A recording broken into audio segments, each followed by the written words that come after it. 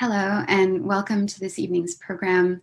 My name is Lauren Mackler, and alongside Miriam Ben Salah and Ike Onyewenyi, I'm one of the curators of Made in LA 2020, A Version, which is currently on view at the Hammer Museum and the Huntington Library, Art Museum, and Botanical Gardens. I'm thrilled to welcome you to tonight's biannual related program, a screening of work by artist Reynaldo Rivera, followed by a conversation between Ronaldo and writer Carolina Miranda, which will be coming to you live from Lincoln Heights, actually. We will also have a Q&A after the conversation. And if you'd like to participate, you can submit questions in the chat function on your screen. As a note, this program is going to be recorded and will live online after the fact. So let me tell you a little bit more about Reynaldo Rivera and his work. Born in Mexicali, Reynaldo spent his early childhood traveling between various cities in Mexico and California. Inspired by a passion for cinema, Reynaldo is essentially self-taught as a photographer, picking up tips from friends and strangers.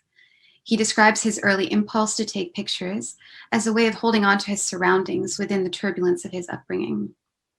In the biennial presentation, we are focusing on his large but also largely unseen body of work focused on queer clubs and house parties in LA through the 1980s and the 1990s.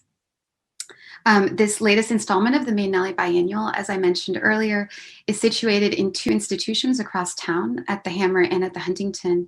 And in the biennial, we're presenting all of the artist's work in both places, a kind of mirror show, which is perfect for Ronaldo since the mirror is a prominent feature in his photographs, as well as this film. In the Huntington iteration of the exhibition, we're presenting mostly Ronaldo's house party scenes, and at the Hammer, we're presenting club scenes, which are drag performers and trans women right before or after their performances. Reynaldo's pictures are incredibly intimate. They range from portraits to group photos, candid and semi-orchestrated, on and off stage, though primarily off stage and often through mirrors. His images are all taken with available light, which gives them a real sense of place. And anecdotally, you'll see many of the photos in bathrooms because that's where the best light is. They're aesthetic pulls from Reynaldo's early love of silent cinema, and each photograph is named for the person it portrays. If it's a performer, for example, her performance name, and the place where it was taken, either a neighborhood or the bar in which it was. In that sense, the portraits are often equally about the person and the place. This body of work is also a portrait of these queer clubs, Muji's, La Bar, La Plaza, Silver Lake Lounge, as well as the apartments and streets where Ronaldo and his friends gathered, essentially their Los Angeles. Ronaldo's photos are generous and empathetic. They portray a person as they want to be seen, infusing their image with unapologetic glamour. A lot of the women in these photographs have died, as Ronaldo described it, sometimes before he even had time to develop the negative. They would just disappear. And so the subtext for this glamour is also aspects of violence and hardship outside of the club walls. At the Hammer, we're also presenting the film you'll see tonight, which is a compilation of excerpts from these two bodies of work, Oblivion Seekers, which are the house party scenes, and Las Reinas de la Noche, the club performers on and off stage, all of it kind of circa 1990. Installed in the galleries alongside the photos, the music and voices of the film really soundtrack the images and act as a bit of a haunting or reanimating of the pictures. And music is actually really important to this body of work and process, as well as to Ronaldo. The film even features full music performances, for example, one by mariachi punk band Los Super Elegantes, and also multiple really searing songs, deeply emotional performances, lip-synced by the women who were regulars at the club. The film is a really striking complement to the still images because it feels like a night out at the club with Ray and his sister or their friends. It offers a ride in the back of a car, an erotic moment in a bathroom, a yard sale. Ronaldo's often talking to his subjects from behind the camera, teasing them out of their shell. And like the photographs, this film showcases deeply unscripted moments. In 2020, Semiotext published a book of Ronaldo's work, his first monograph, and as he describes it, a portrait of Los Angeles. In it, writer Chris Kraus, a longtime friend of Ronaldo's, writes a beautiful essay about his striking life and work. The book also comprises a piece of writing by Ray about Los Angeles, a text by Luis Baus about one of the performers, Tatiana, and a very intimate correspondence between Reynaldo and artist Vaginal Davis.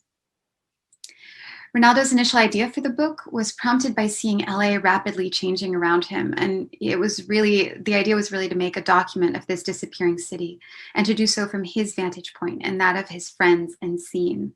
And therefore his body of work, his body of work always stresses that Los Angeles is a place with a really rich history, but a very short memory. And from my perspective, this is on one hand a quality of the city because it allows it to rewrite itself, ever changing and evolving, but also a tragedy because the people who comprise it, who shape it, are forgotten. And they were once its pulse, its cultural center. So Ronaldo's work really upends that forgetting. Tonight's film is about 50 minutes, and after the screening, Ronaldo will be in conversation with writer Carolina Miranda. Carolina is the arts and urban design columnist for the Los Angeles Times, where she covers art and culture. She's also been a reporter for Time magazine and worked as an independent journalist, contributing to outlets such as NPR, Art News, and Architect. She's a regular contributor to KCRW's Press Play and was the founding co-chair of the Los Angeles Times Employee Union. In February 2021, just earlier this year, she wrote an article about Ronaldo's monograph for the LA Times titled, "We Are Not the Footnote," which is a quote of Ronaldo's. Her piece is a really poignant distillation of the book and Ronaldo's intent.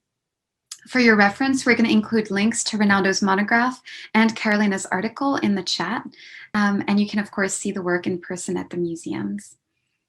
We're now going to begin the screening. Please stay for the conversation afterwards, and thank you for joining us.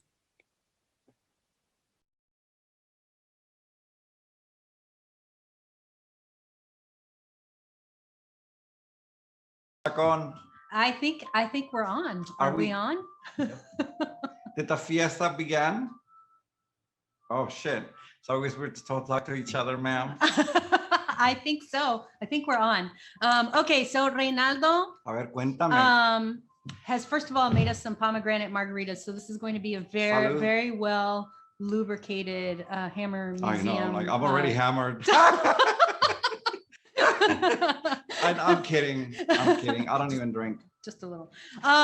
Anyway, I am Carolina Miranda with the Los Angeles Times. I am here with Reynaldo Rivera, artist participating in this year's Made in LA biennial of version, and the artist behind this incredible book from Semiotext, his new monograph, which I ended up writing about in the LA Times, which is why I think I got invited to chat with him today. You sure did.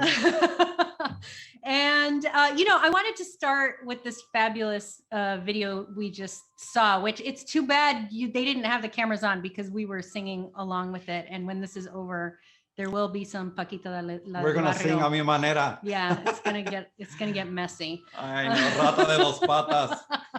Rata de dos patas. So I wanted to start with the video, and a lot has been written about your photography, and it's collected in this monograph, but I want to know a little bit about how the video fits into your practice. Like, when did you start taking video? Was it something you always did?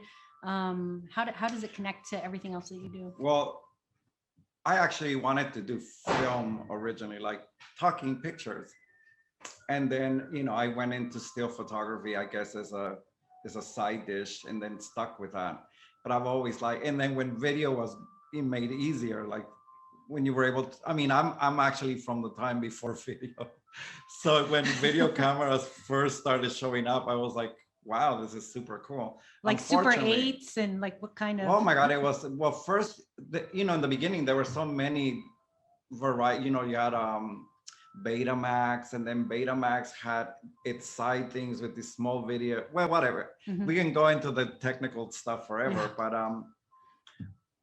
unfortunately, most of the 80s stuff is gone. I've had a few fires and people broke into a garage. I had all my stuff stored in and got stolen. And then had a boyfriend that set it on fire. I guess he really wanted to get to me. That sounds worthy of a song. I know, right? He wrote me this crazy message. He ripped an image, one of the photos in half, and then wrote in the back this like something that was like, you hurt me as deep as you can, and the only way I can get you is by setting your shit on fire. The thing that mattered most, which was my photos, and he did. And so how did we get into So a that? lot of the video, I mean, going back to the video work, it was, you lost. Most of that stuff is gone, but most of this stuff was shot in the 90s. And I started shooting it just because I kept thinking like of the future, like people are gonna want to see some of the stuff that I'm photographing. Like what was going, like moving, like, Moogies, Moogies, the shows are super, interesting, like, Yoshi-san doing her kabuki drag thing. I mean, I don't know, I was always thinking of this. And so when we put this, when me and Joseph put this together, it was really about, I wanted to show kind of like a day in the life of. And again, I was also thinking about us, not just me, but us as a whole. And I know this is gonna get kind of cheeseball, but I mean, it's seeing Latinos as a whole, like that we were part of all this. We weren't just a sideline.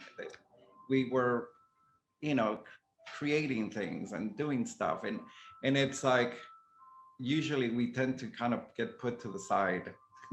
In a silo-ized, as this is the Latino thing, and then here's the rest. Like as if we've always lived apart from everything. In East LA, it's like, no, we didn't all live in East LA. Or, it's like live in Echo Park and Silver Lake, actually, or Los Feliz.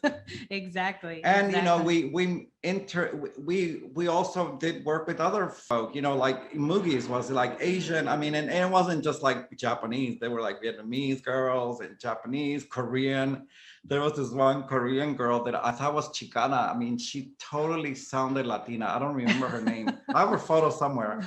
And one day I was like driving her somewhere. So I was like, hey, so where's your folk from? And she's like, Korea. And I was like, I started laughing. I'm like, really, bitch, you're crazy. And so I'm like, and she's left. She's like, no, I'm really Korean. She's super dark, and she totally looked like a Chicana. She was from Texas.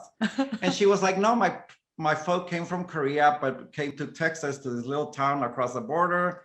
So she's like, I learned to speak Spanish before I learned to speak English. Oh, wow. And so, she spoke English like a Mexican girl. It was super funny. And so that was, kind of where we grew up in LA. I mean, LA is all that, exactly. Salvadorian, Mexican, coming together. Cuban, Guatemalan, so actually even this idea of Chicano is kind of, it's become difficult. Is it difficult? I mean, because, it used to be like Mexican American, but now, I mean, that's kind of gone to the wayside. And it's been like that in LA for a while. Yeah. I think we were definitely the test tube.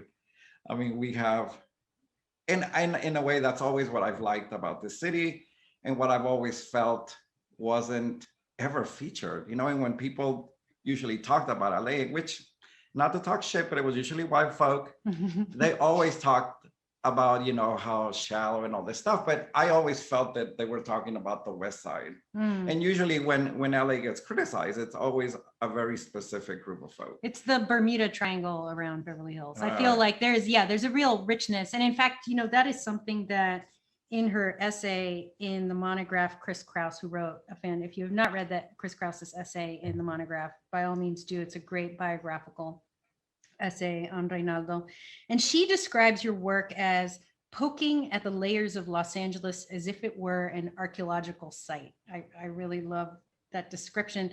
So what would you say are some of the layers that you are most interested in, that you wanted to capture in your work? Because I think in this book, we see some of it, but not everything, correct? Well, the funny thing is that I'm fucking old enough to be in those layers.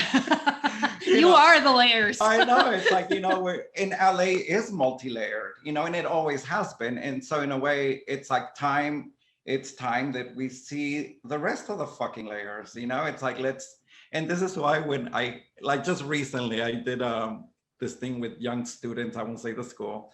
And one of the girls was like, because I was like judging their work, I guess. Like, what are those things called? Crits or critique? Artist studio visits, yes. And so she started off with, she's like, I know you just wrote this book about LA, but I hate LA. And I just want, it's like, I feel, and I'm like just sitting there listening to this girl, and I'm like, you know what? You're way too young to hate anything. You don't, it's like you haven't lived anything to start to hate. And I'm like, you're a visitor. Come on. You know what I'm saying? It's like, again, it's like her experience was so narrow, and the city's huge. Yeah. And so there's a lot of interesting things I'm sure happening now. I'm just, I don't go out as much as I used to. There was a time when we lived out. I don't think any of us is going out. Oh, I know, right? The last year has been zero out. But no, I mean, it's been a while since I lived this kind of life.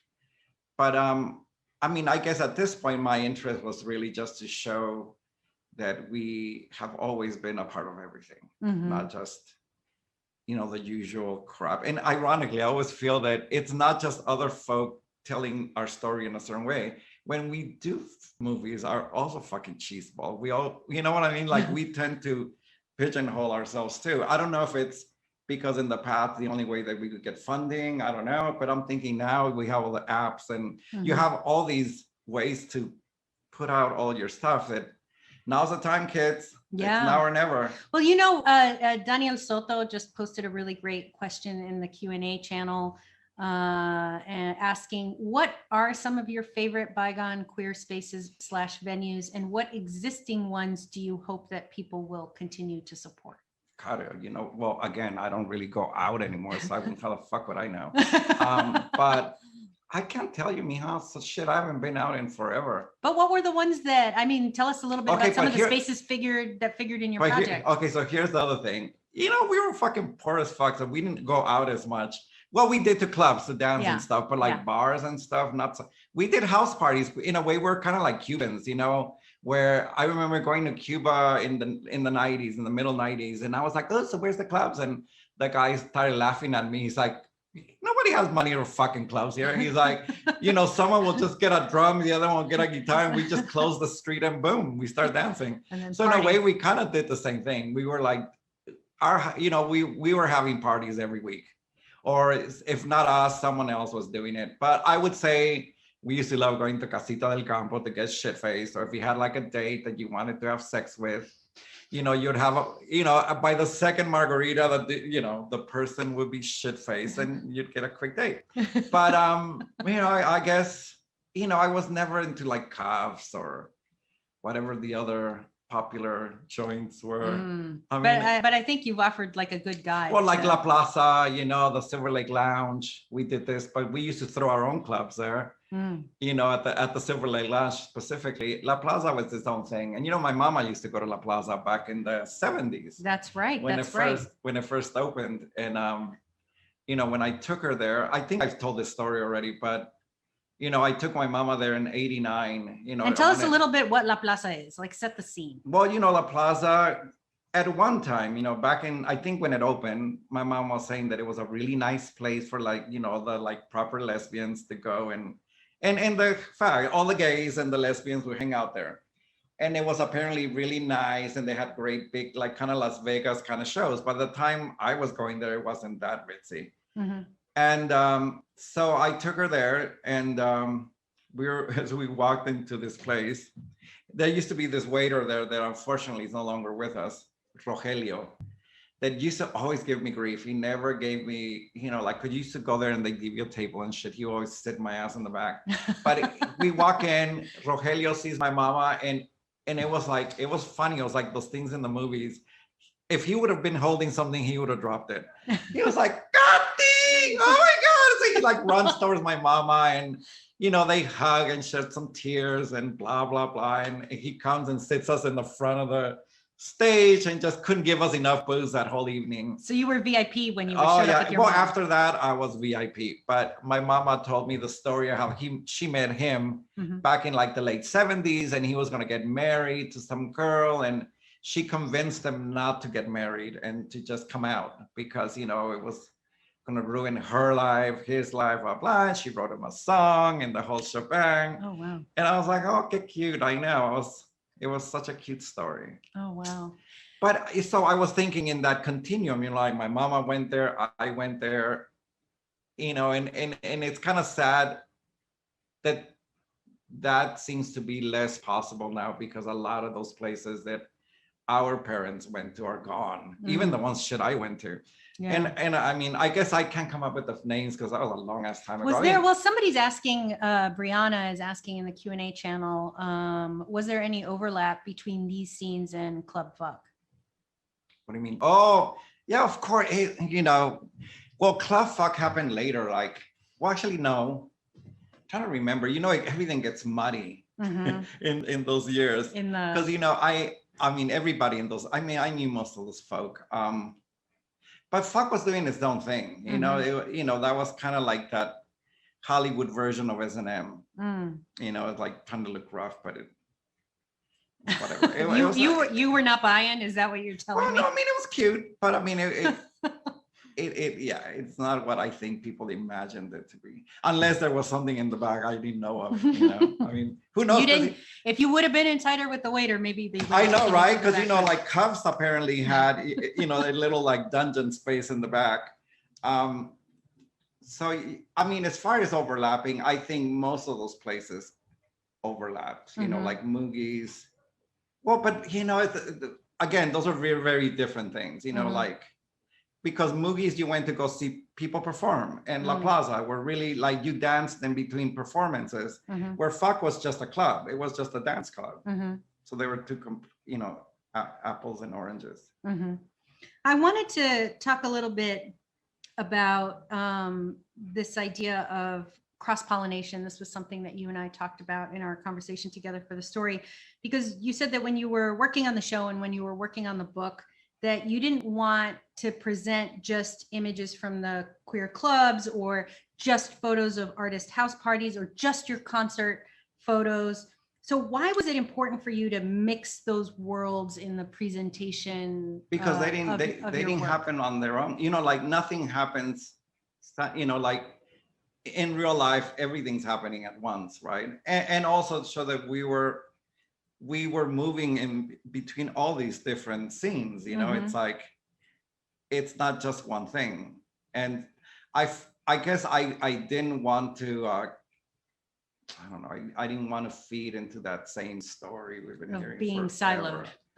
Yeah, and also, you know, it's like, this was all happening all at the same time. Yeah.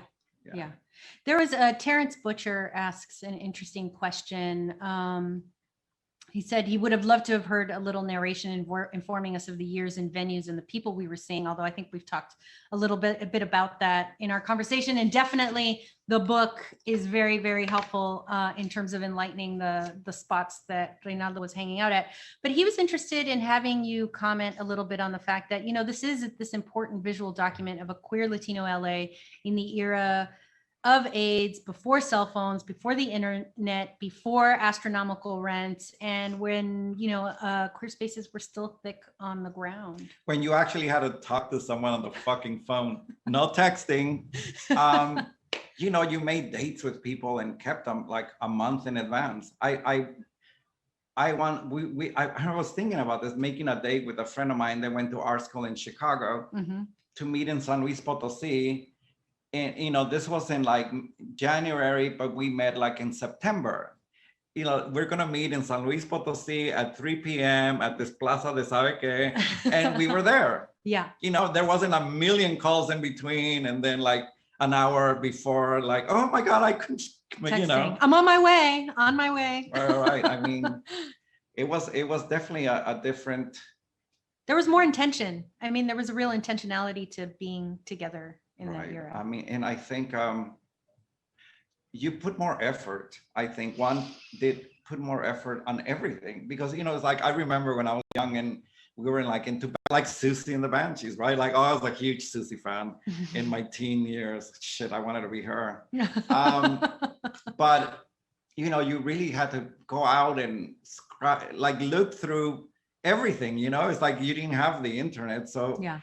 we learned through other friends or watching certain TV shows and reading everything, right? Back in those days, you had to read. I mean, like The Face and what was the other magazines? ID, The Face, I can't remember.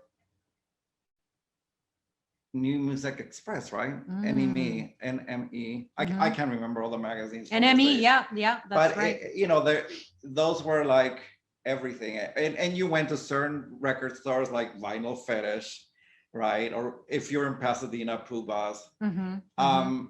And so, you would hope to learn, like you would buy records because you thought maybe they were good. And that's how we heard. I mean, I learned about so much of the music through just buying records or going to segundas, buying all 78s. I mean, it's amazing the stuff I found when I was a kid. Like, I learned about Edith Piaf through a 78. I bought in Stockton, California. Wow. I know, how wacky is that? And who else did I find? Well, you were able to find stuff like that in the old days, like Louis Jordan and the Timpani Was Five. this idea of like stumbling into things, like you didn't Google something. Right. It's like you were in a thrift store and in a bin. Well, it was much more involved. And so I think you were much more invested in what you were doing and that knowledge you were amassing, and so, and it's stuff that I felt when you learn stuff like this, it really sticks to you. And I think it has more meaning. Yeah. I wanted, that gets at one of the things I definitely wanted to talk about, especially since we've seen this video piece, is film and your interest in film and how you became interested in film, but also how it's important to your photography, because I think your photography gets talked a lot about sort of within the context of Latino LA, but cinema is really important. Silent movies. Ernest Lubitsch, right? That was my thing. I think that was my first big, what would you call it? Like I was a fanatic, where the fan word comes from. I became obsessed. I mean, because I talked about this in the past, that I saw that I stumbled onto this TV show at 12 in the afternoon. So I used to ditch a lot of school. And so in one of these ditching days, I was watching TV and there was this show called Hollywood Presents. And in this one year, they were showing like whole movie, like everything that every actor did for a year. So I got to see all these amazing silent movies and I was mesmerized. I wanted to do that, and it's interesting that now when I look, well, what I find interesting to myself is that I just connected those two dots. And also in how my work still looks so much like this. And it's interesting at that when you get influenced in those early years, it's like the motherboard, right? It's like the hard drive. The foundation, yeah. It's like, that's where everything else springs from, I mean, for me, it was music, then film, but my first love of film was silent movies, like Erich von Stroheim. I loved Greed. I got to see Greed when I was a teen. I was like 15, 14 or something. And I don't know, it's just everything about that the lighting and the storytelling. And there's a drama too, because in silent film, I think what struck me when you told me that you were into silent film, I went back and I watched a piece of Greed. Greed is 10 hours long, by the way. There's not a complete cut of it available. The one that you can watch, I think it's like there's photography spliced in, but because it's silent, there's this like real drama to the acting, like these real gestures and faces and the we eyes. Had faces. Yeah, exactly. Nobody needed to talk. Nobody needed to speak. We had faces. And I think about that within the context of your photography, finding these like drama in dramatic scenes, but also in everyday. People, it's something you train your eye to do. It's to wait for that moment. And I think it's the money shot. You got to learn the money shot. You got to learn when you get that moment when that person does that one thing, boom, and you take that photo. And I think that's something you learn through time, but also from watching other people's stuff, or like these old movies. I think they had it right. I mean, they knew how to get these from people, how to get that. And also, I think people were giving it. These actors had to portray all this stuff with their faces. Yeah, and gestures. I just read Gloria Swanson's autobiography. Oh my God, I was watching all these interviews by her last night. She is, that's a great, but that, if you have not read Gloria Swanson's autobiography, it opens with an illegal abortion in Paris and goes from there. So it's like a pretty terrific, she was cool. She's an interesting lady. Going back to that question of the photo and finding that moment and capturing it, what kind of photographer are you? Do you jump into the action? Do you observe from afar? Do you only photograph people with which you feel a certain intimacy? Like, what's your how do you approach? I don't have it's whatever fits at that moment, whatever. But I do see that I have a very specific look that I'm always looking for, because I think you can see what's mine and what isn't. I think that comes with time. Yeah. Then you create a style, which sometimes I could think it could be a cop out just because you figure the shit that works, a formula. But I think in a way it's a formula, but not necessarily. I think, every moment, every shooter, every person has a very different set of things you have to deal with. And so you try to get the best shot. I mean, that's all I'm trying to do. And you're shooting in nightclubs, which is often low light, very unpredictable. Well, back in those days, I mean, I'm pretty amazed now that I was able to hold a camera that still for that long. Because, a lot of these shots are really long shots because it was dark. What were you shooting with? Film. I mean, 2 1/4, my Rolly. Most of the stuff was shot with a Rolleiflex. Or, the 35 stuff I had, this old Nikon, but, I won't go into all the cameras I had, but it was a Rolly and then the 35 stuff, but most of it was shot at night. And because I developed my own film, I knew, how to process it so I would get something out of it. I mean, this is the stuff you learn trial and error. And this is why I think it's important, if there's any photographers out there that actually use film. Yes. The importance of developing your own film. Yeah. Because you really, you learn a whole different, I think you learn more about lighting through developing than you think, because you'll see the outcome and you'll see what happens if you develop too long, too short, hotter, colder, all that stuff that make these subtle changes. But with film, any subtlety can be a huge change. Exactly. Well, part of the photo is in the developing. I mean, making of the photo. And it's more than people think. Yeah. And at a lot, and then like if you shot something that you thought like, oh shit, nothing's gonna come out, then just to cook it, like to put really hot, well, not super hot, but hot for developing. And process for a longer time. So you know what I'm saying? Like you already come into the developing knowing I really underexpose this stuff. I need to really overdevelop. Yeah. Which gets at a good question. There's some technical questions here, which is, are you shooting now? What kind of communities are you capturing on film? And what do you? The human community. How do you do it? Are you still using a Super 8? Are you using an iPhone? Super 8. Video camera? I only use Super 8 in my cinema class that I took at LACC. No, I use my Rolleiflex still. I still have my Rolleiflex and a Leica film. So you're still working with I film. still haven't gotten into digital. I bought one digital camera, but I couldn't actually. Look, I'll show. This is the only shot, that one in the back, that I've taken with a digital camera that began as the whole thing. It began as a digital file and it printed as digital. Usually everything's been film. Everything's been film. I still do film. I appreciate, as someone who still takes notes with a pen and paper, I really appreciate that.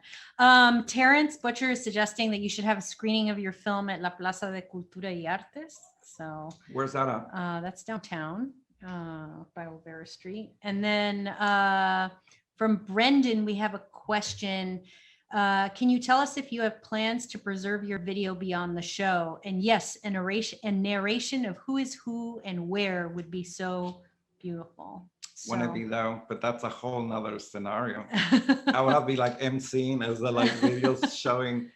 I know. Well, yeah, I guess that would be cute, but maybe if.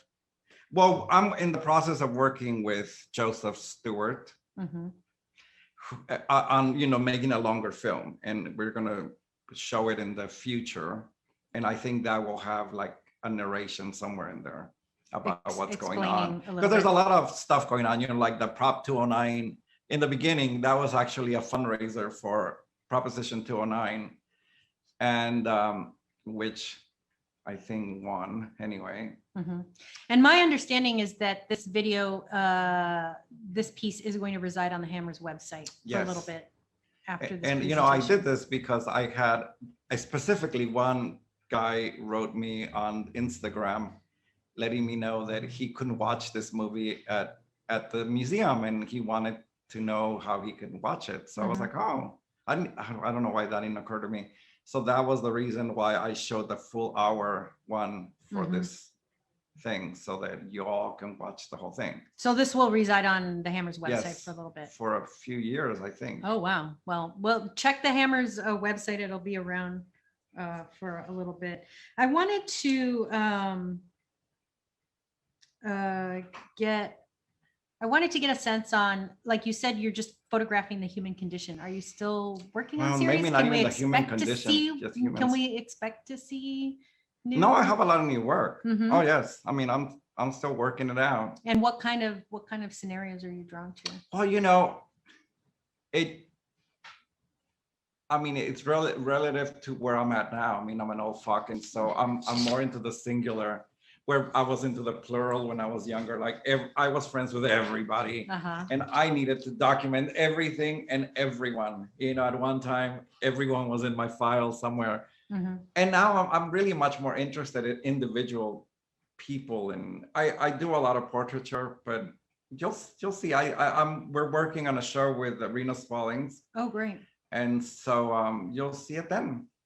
Do you have an ETA? Just so. Teacher's assistants? No. Estimated time of arrival. I think he's been hitting the pomegranate margaritas. I know, right? The hammer's been hammering. No, not yet. Okay, so Rena Spallings. Yes. Okay, we got to stay in touch there.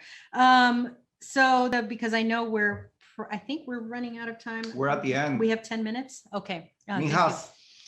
Joe is also managing the tech on this, because obviously we cannot be relied to do such a thing. I wanted to, the biennial, speaking of the Hammer, was supposed to open last year. Because of the pandemic, it basically remained trapped in amber for a year. It opened just last month. What's it been like to finally see that exhibition open to the public? I know, it's like that endless orgasm. You're almost like there, but no. And then boom. I know, right? I know. And then you're like, really? No, I mean, it's been such a long time coming, right? That we're kind of numb. It's like, that I guess I waited for so long, but in a way it was good, because it gave us all more time to kind of get our thinking together. And I think it made the whole thing better personally, because I think we were able to, take some of the kinks out. And I think at the end of the day, I'm assuming it allowed for a better show.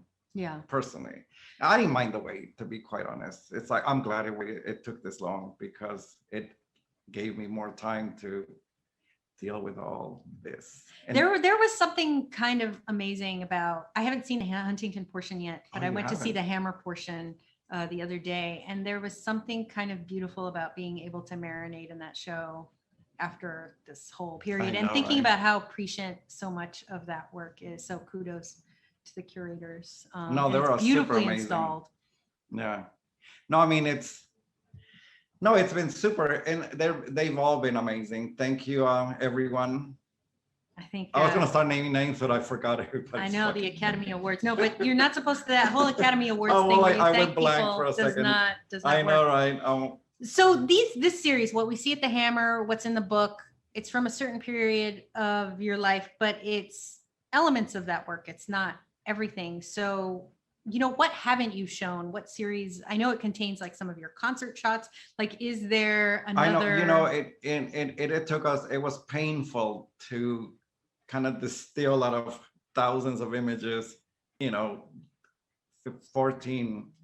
I mean, the same thing was with the book. We started off with like 600 images and we had to like thin it down, like that process was very difficult to kind of figure out and I think Miriam and Lauren, they all did an amazing work. Everybody that worked on this figured it out. I actually kind of let them choose because I always end up picking the same stuff over and over and over. Oh, really? So how did they choose? What did they find in your work that maybe you hadn't really been paying attention to before? Actually, everything. I mean, I think, Lauren and Miriam were pretty amazing. And I mean, when they talked about my work, it always amazes me because they see stuff I hadn't seen before. Well, because everybody digests things differently. So yeah. I allowed them to choose whatever was there. I think I had one or two that I kind of was like kind of dead set on, and that was the one big image of the guy standing in the toilet. Yes. That one. Yes. I think that was one I chose. And then the other one they took out. Editors. I know. I was angry. No. It all at the end it all worked out, and I think the space we put it in. I mean, everything really kind of just worked perfect. It was like I couldn't have cooked it up better. I mean, it's in its own little vault. So it's like a church, and yeah. I really feel like I'm paying homage to these people in there and all the folk in the images. Yeah, and that space at the Hammer, it's in that arched vault. It used to be a vault, yeah. The vault gallery.